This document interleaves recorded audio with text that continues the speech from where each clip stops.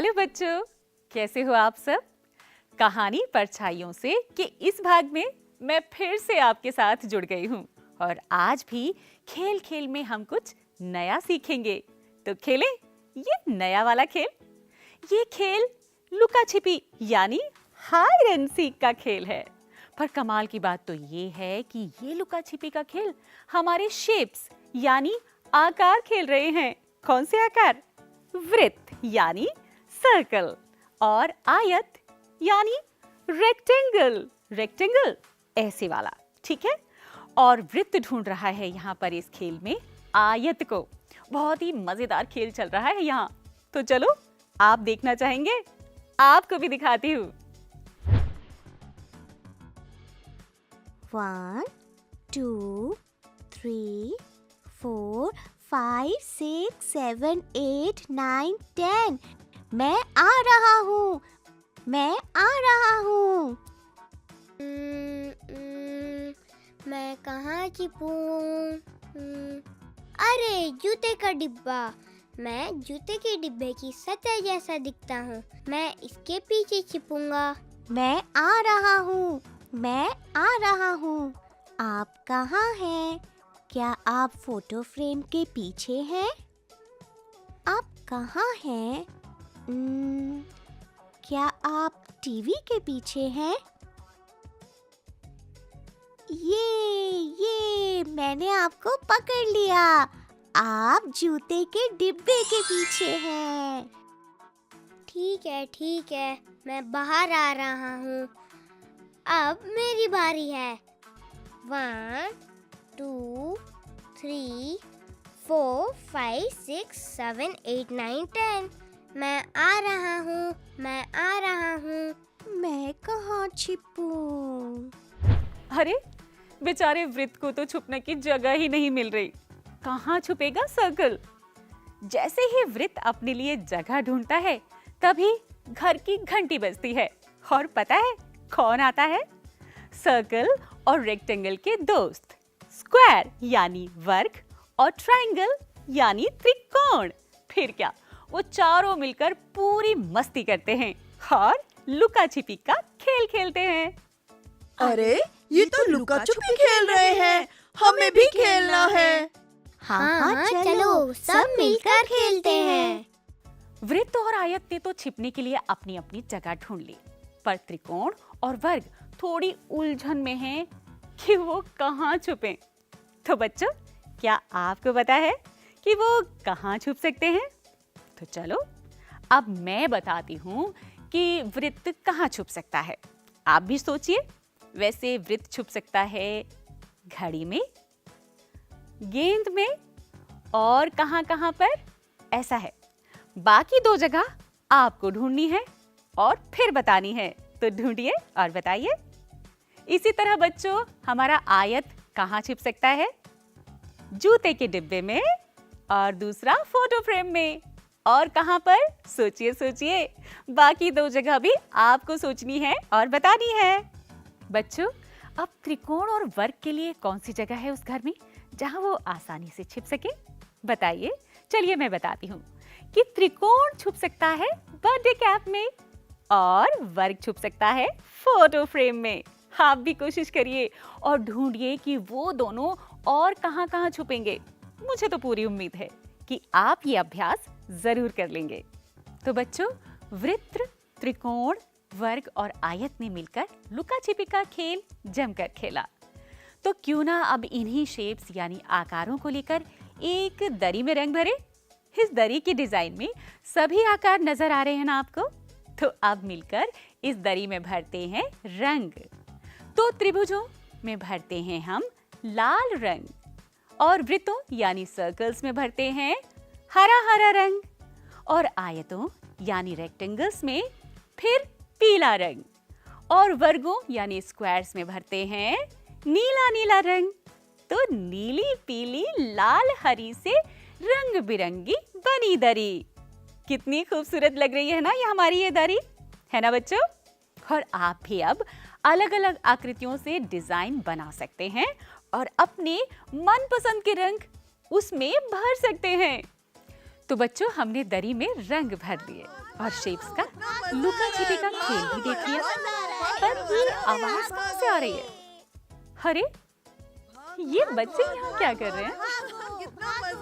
शायद ये बच्चे यहाँ पर लुका छिपी का खेल खेल रहे हैं। क्या आपको पता है कि ये बच्चे क्या कर रहे हैं? वैसे मुझे लगता है कि ये लुका छिपी का नहीं, शायद कोई दूसरा खेल खेल रहे हैं, है ना? कुछ म्यूजिकल चेयर की तरह। ओह, पता चल गया। ये बच्चे एक नया खेल खेल रहे हैं जिसका नाम है कोने पर खड़े हों, यानी कैच द कॉर्नर। अब आइए देखते हैं क्या क्या हुआ इस गेम में। जब नवीन तालियां बजाने लगा तो सीमा, नायसा, वसीम, परमजीत और उदित टेबल के चारों ओर भागने लगे। भागो भागो भागो भागो, जल्दी भागो नायसा, जल्दी भागो। उदित क्या कर रहे हो? जल्दी करो ना। परमजीत, मैं कोना मिस नहीं करना चाहता। मुझे मेरा कोना मिल गया, मुझे मेरा कोना मिल गया, मेरे को भी मिल गया, मुझे मेरा कोना मिल गया। लेकिन मेरा कोना तो रह गया। ओह, तो अब ताली तुम बजाओगे। ये ओह, लेकिन ये क्या है? वसीम कॉर्नर पकड़ने से चूक गया और खेल से बाहर हो गया। अब नियम के अनुसार नवीन खेल में शामिल हो जाएगा और नवीन की जगह वसीम ताली बजाएगा। है ना ये कितना मजेदार और दिलचस्प खेल? और इसी तरह ये खेल आगे भी चलता रहेगा। तो बच्चों, देखा आपने उन्हें ये रोमांचक खेल खेलते हुए? तो अब क्यों ना मैं आपसे कुछ सवाल पूछूं? मेरा पहला सवाल है, उन बच्चों के नाम बताइए जो मेज के कोने के पास खड़े हैं। बिल्कुल सही सोच रहे हैं आप। जवाब है, यहाँ मेज के कोने पर 4 बच्चे खड़े हैं और उनके नाम हैं उदित, सही है, परमजीत, नायसा और सीमा। क्या अब आप मेरे दूसरे सवाल का जवाब दे पाएंगे? चलो, बिल्कुल दे पाओगे, मुझे पता है। अच्छा, ये बताओ कि अगली बार ताली कौन बजाएगा? बिल्कुल सही सोच रहे हैं आप। वसीम को अगली बार ताली बजानी होगी क्योंकि वसीम ने कोई भी कोना नहीं पकड़ा था। अब हुआ मेरा तीसरा सवाल। सवाल है वसीम से ही जुड़ा हुआ, ध्यान से देखना और बताइए कि यहाँ पर वसीम कहाँ खड़ा है? बिल्कुल सही, वसीम उन 2 कोनों के बीच में खड़ा है जिन कोनों पर परमजीत और नायसा खड़े हैं। आप बहुत समझदार बच्चे हैं। बिल्कुल सही जवाब। चलिए, अब मेरा 4th क्वेश्चन यानी चौथा प्रश्न, वो ये कि बताओ यहाँ ये खेल एक गोल मेज के चारों ओर खेला जा सकता है क्या? क्यों और क्यों नहीं? आप सही सोच रहे हैं क्योंकि इस खेल का नाम ही है कोने में खड़े हूं, यानी कैच द कॉर्नर। और गोल मेज में तो कॉर्नर होते ही नहीं, इसलिए आप सब ठीक सोच रहे हैं। अच्छा, एक और प्रश्न, ये बताओ कि हमारे आसपास की ऐसी कौन सी वस्तुएं हैं जिनके किनारे या कॉर्नर बिल्कुल सीधे होते हैं? और ये चीजें हमारे घर और स्कूल में भी होती हैं। सोचिए। चलिए, एक उदाहरण मैं बताती हूँ, बाकी आपको सोचना है और अपने दोस्तों के साथ भी साझा करना है, ठीक है? चलिए, सीधे किनारे वाली हमारी वस्तु है कुर्सी। और कुर्सी की तरह और क्या क्या हो सकता है? सोचिए सोचिए।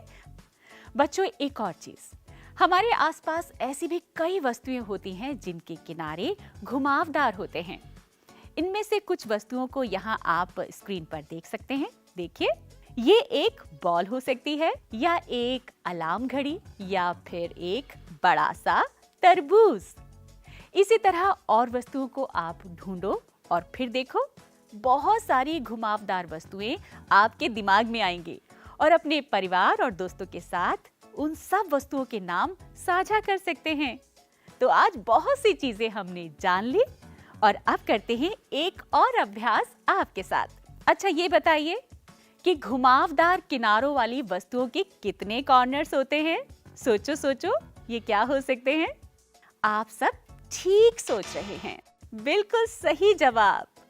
और कुछ वस्तुओं के नाम बताइए जिनके किनारे सीधे और घुमावदार दोनों होते हैं। सोचो, क्या वो चीजें थोड़ा सा मुश्किल लग रही हैं कि क्या हो सकती हैं? थोड़ी सी मुश्किल तो है। वैसे मैं आपकी मदद करूं? चलो, एक मैं बता देती हूँ, बाकी आपको सोचना है और दूसरों को भी बताना, ठीक है? ये है हमारा क्रिकेट बैट, जो घुमावदार भी है और इसके किनारे सीधे भी होते हैं। सही सोचा ना? अब इसी तरह आप कुछ और भी नाम सोचिए। तो बच्चों, ये था हमारा आज का मस्ती भरा पाठ कहानी परछाइयों से, जहां हमने बहुत कुछ नया सीखा और समझा गणित के बारे में। मुझे उम्मीद है आपको ये बहुत अच्छा लगा होगा।